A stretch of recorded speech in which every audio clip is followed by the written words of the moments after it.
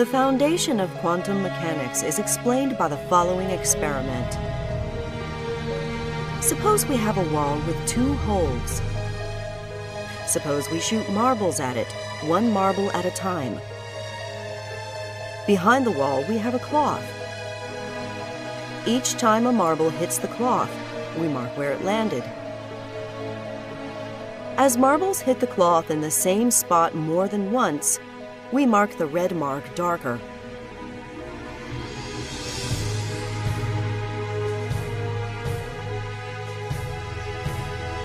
Some marbles make it through the holes by bouncing off at an angle.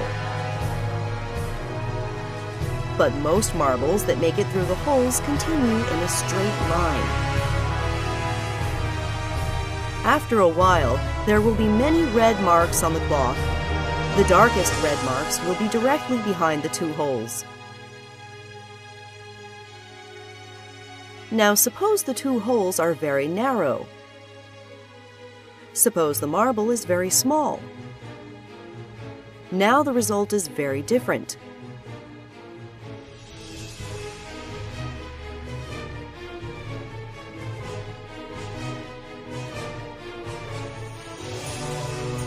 A striped pattern is produced.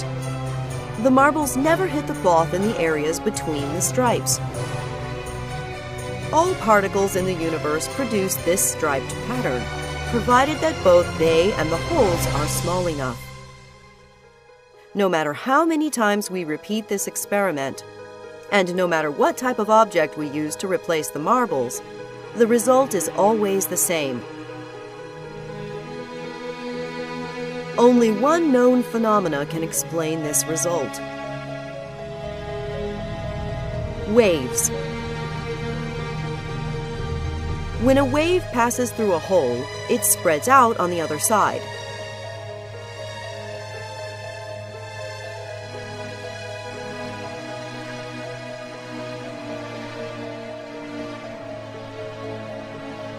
If there are two holes, two waves are produced.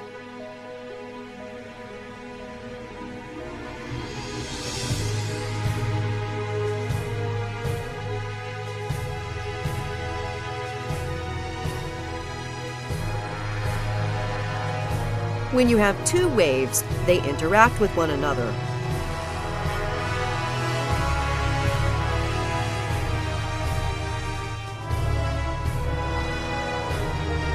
In some areas, they strengthen each other, and in other areas, they cancel each other out. This creates a striped pattern. This is the exact same pattern that we saw before. This means that all objects really behave like waves.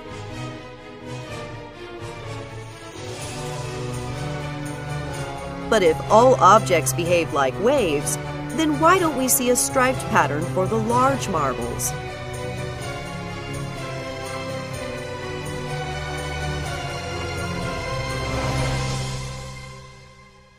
Large objects have much more energy than small objects. Waves have more energy by having a higher frequency.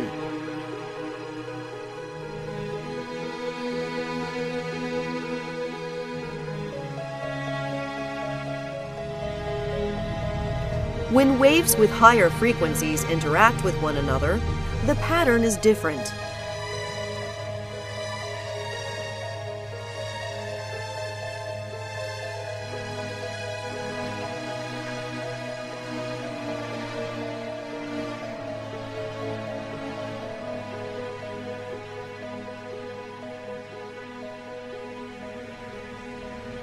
Large objects have more energy, and they therefore behave like high-frequency waves.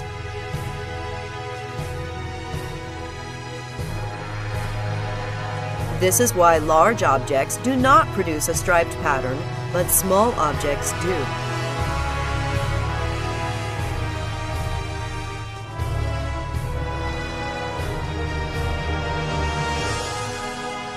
But there's still a problem. For a wave to produce a striped pattern, each wave must simultaneously pass through both holes, so that there will be two new waves that interact with one another.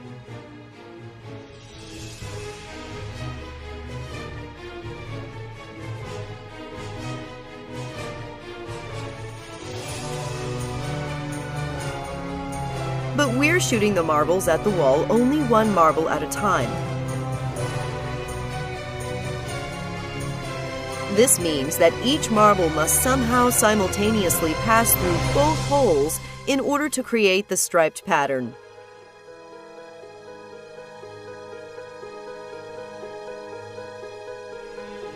Let's see if this is what actually happens by blocking one of the holes.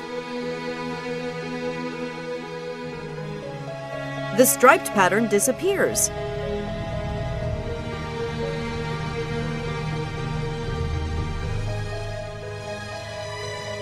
Most of the marks are now directly behind the one open hole.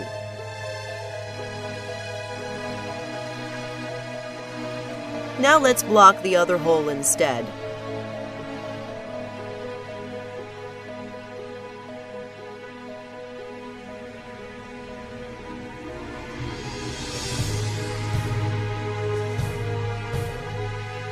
Again, the darkest lines are directly behind the one open hole.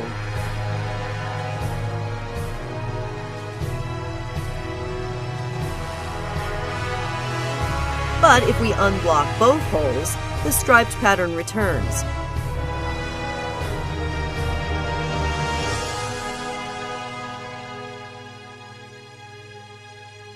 Areas that were hit many times when one of the holes was blocked are now never hit when both holes are open. This means that each marble really does have to simultaneously pass through both holes to produce a striped pattern. Let's test this by putting a detector in front of each hole.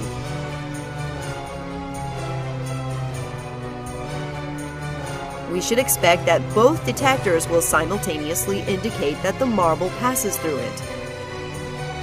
However, this is not what happens.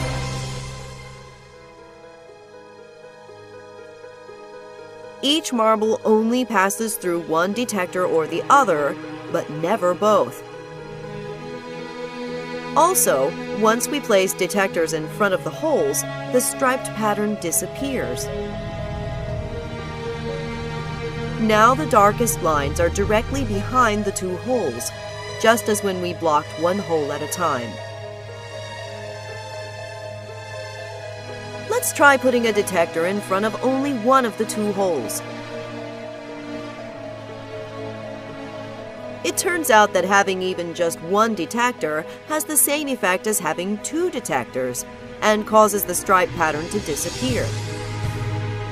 Any attempt to discover which of the two holes the marble passes through forces the marble to pass through one hole or the other, and not both.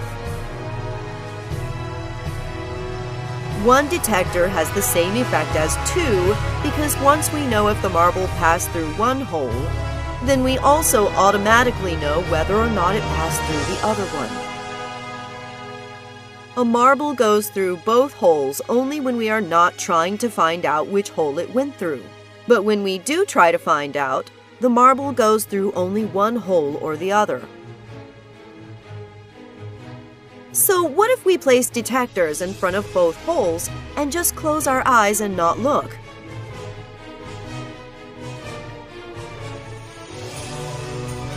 We don't know for sure what is happening when we are not looking, but we do know what the mathematics describing the waves tells us. When waves pass through a detector, the waves are altered so that they can no longer interact with one another.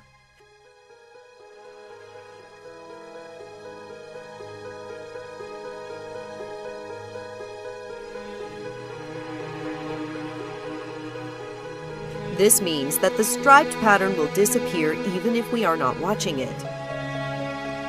The detectors will cause this to happen on their own. However, the mathematics also says that each wave still simultaneously passes through both holes, even with the detectors present. But when we open our eyes and look, we always see the detector indicating that the marble passed through only one hole or the other, and never both. Each wave still simultaneously passes through both holes, even with the detectors present. But when we open our eyes and look, we always see the detector indicating that the marble passed through only one hole or the other, and never both. This means that the marble must be more than just a wave. The wave only describes the probability of where we will see the marble when we look at it. The probability of the marble being at a particular location is given by the wave's amplitude. The higher the amplitude of the wave at a particular location, the higher the probability is that we will see the marble there when we look. This means that we can never simultaneously know both the position and the momentum. Before the wave hits the detector, we know exactly what direction the momentum is in. However, we know nothing about the object's position.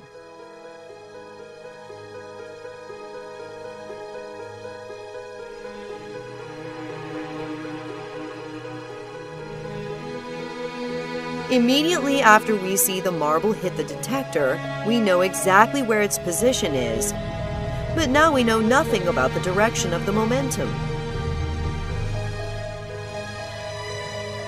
Not only are we not able to simultaneously measure the position and momentum of an object, the object does not even have a specific position or momentum until we observe it. If the marble always had a specific position, then the marble would not be able to go through both holes simultaneously, which is necessary to produce the striped pattern. But if all objects are just a wave of probability until we observe them, then this means that the detectors and all the objects the marbles interact with are just a wave of probability too. Suppose we place an object behind each of the two holes. The marble will knock down one of the two objects, depending on which hole it passes through.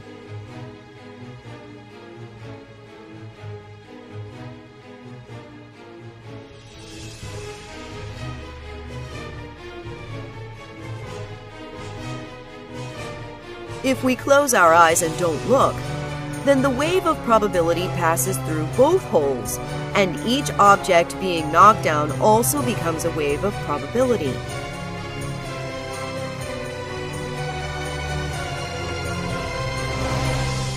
Just as each marble simultaneously passes through both holes, each object is now simultaneously both standing up and knocked down. No matter how long we wait after the marbles have hit the objects, each object will continue to have a probability of still being in the standing position. And each object will also continue to have a probability of being in the knocked-down position. According to the mathematics describing the probability waves, neither outcome is certain. It's only when we open our eyes and look that we see only one outcome or the other.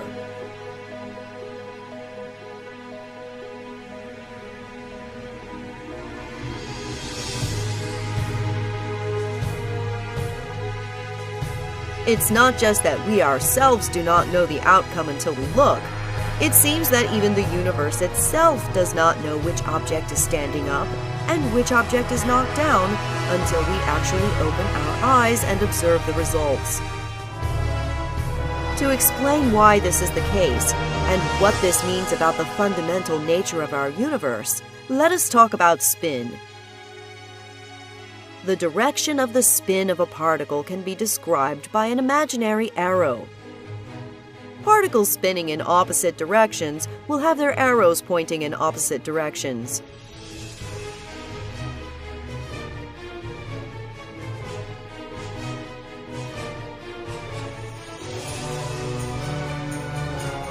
particles are too small to see the spin directly with our eyes, but we can build detectors which tell us if the spin is in the direction of the red plate or if the spin is in the direction of the blue plate.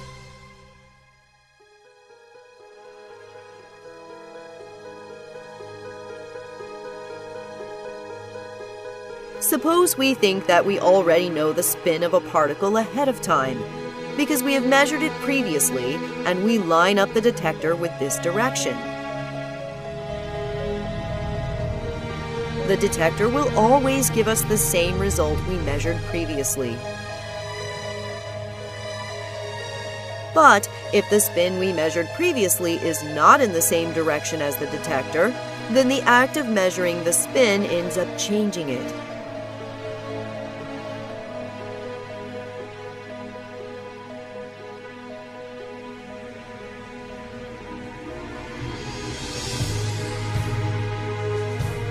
It is not possible to simultaneously measure the spin of a particle in more than one direction at a time.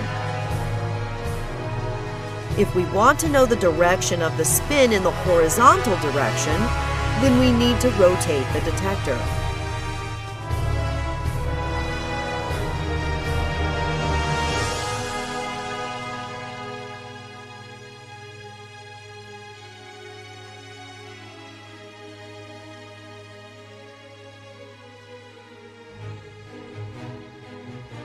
But why does this mean that the universe does not know what an object is doing until we observe it?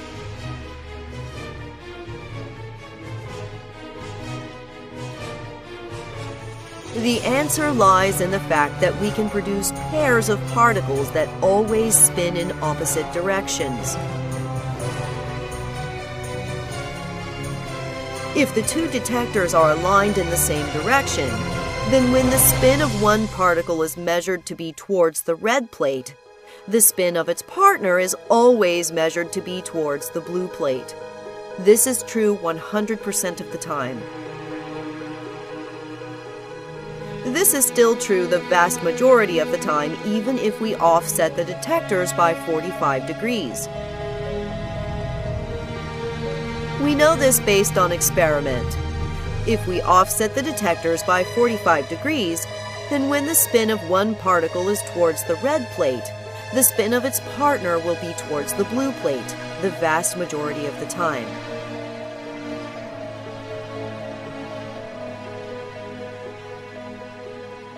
Suppose the two detectors are perfectly aligned with each other, and they are both in the diagonal position. Does the universe know ahead of time that the first particle will be measured to be towards the red plate, and that the spin of the second particle will therefore be towards the blue plate? If the universe knows ahead of time that the spin of the second particle will be towards the blue plate, then this means that the universe must know that the spin of the first particle will probably be towards the red plate, even if we rotate its detector by 45 degrees, either into the vertical position or into the horizontal position.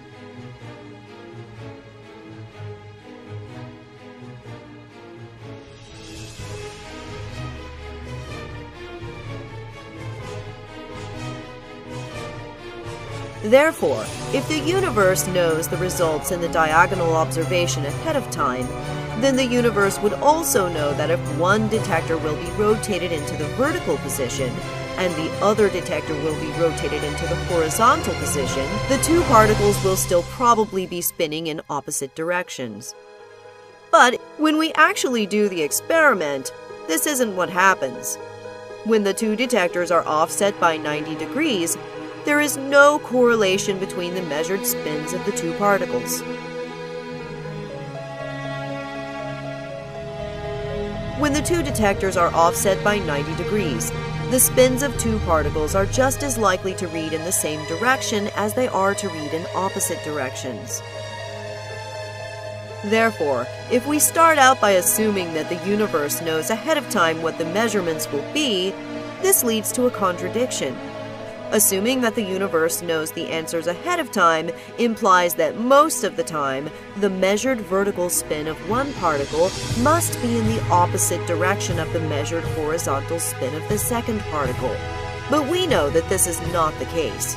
The apparent implication is that the universe cannot know ahead of time what the measurement of the spin will be, and the universe makes up its mind only when the spin is actually observed. The apparent implication is also that when the spin of one particle is measured, it sends an instantaneous message to its partner to spin in the opposite direction. If each particle makes up its mind about what direction it's spinning only when it's observed, then we need this instantaneous message from one particle to the other in order to guarantee that the two particles will always decide to spin in opposite directions when the detectors are aligned.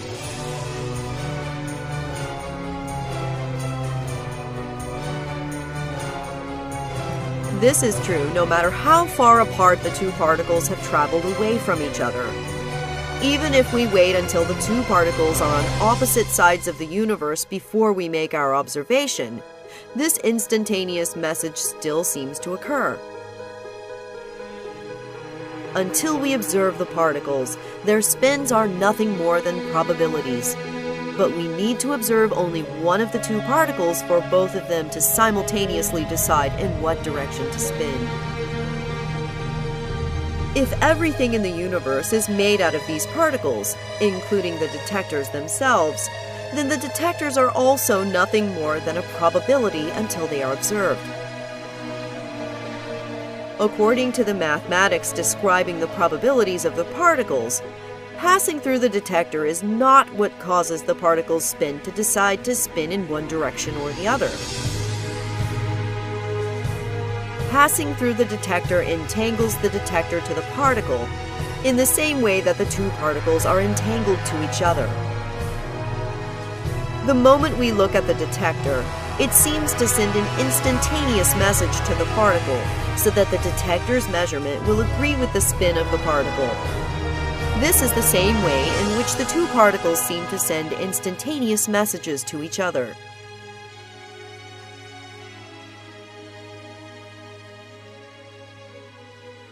There are many possible explanations as to what's actually happening and how to interpret these results, and this is a matter of considerable debate. But if we really do have these types of instantaneous messages, which are faster even than the speed of light, then this creates an interesting situation with Einstein's theory of relativity. According to Einstein's theory of relativity, different observers will disagree about which of two events happened first, and no observer is more correct than any other.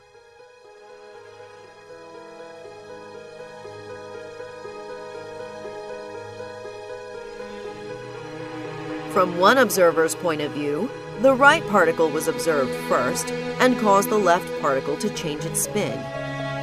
From another observer's point of view, the left particle was observed first and caused the right particle to change its spin.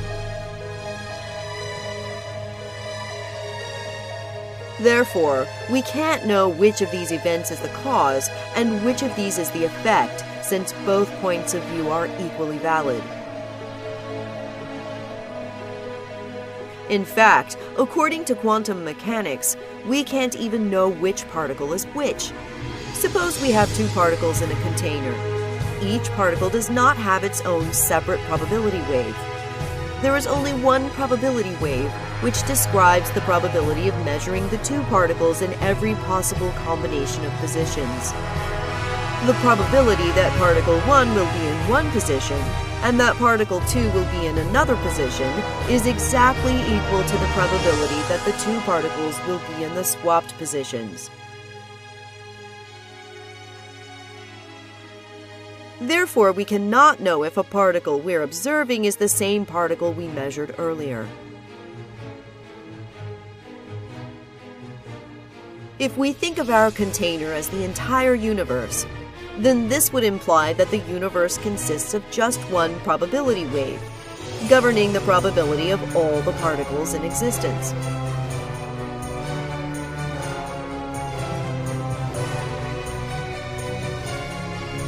But if we ourselves are made out of these exact same particles, then why is the act of us observing something so fundamentally different from everything else in the universe? This is one of the greatest unsolved scientific and philosophical mysteries of all time.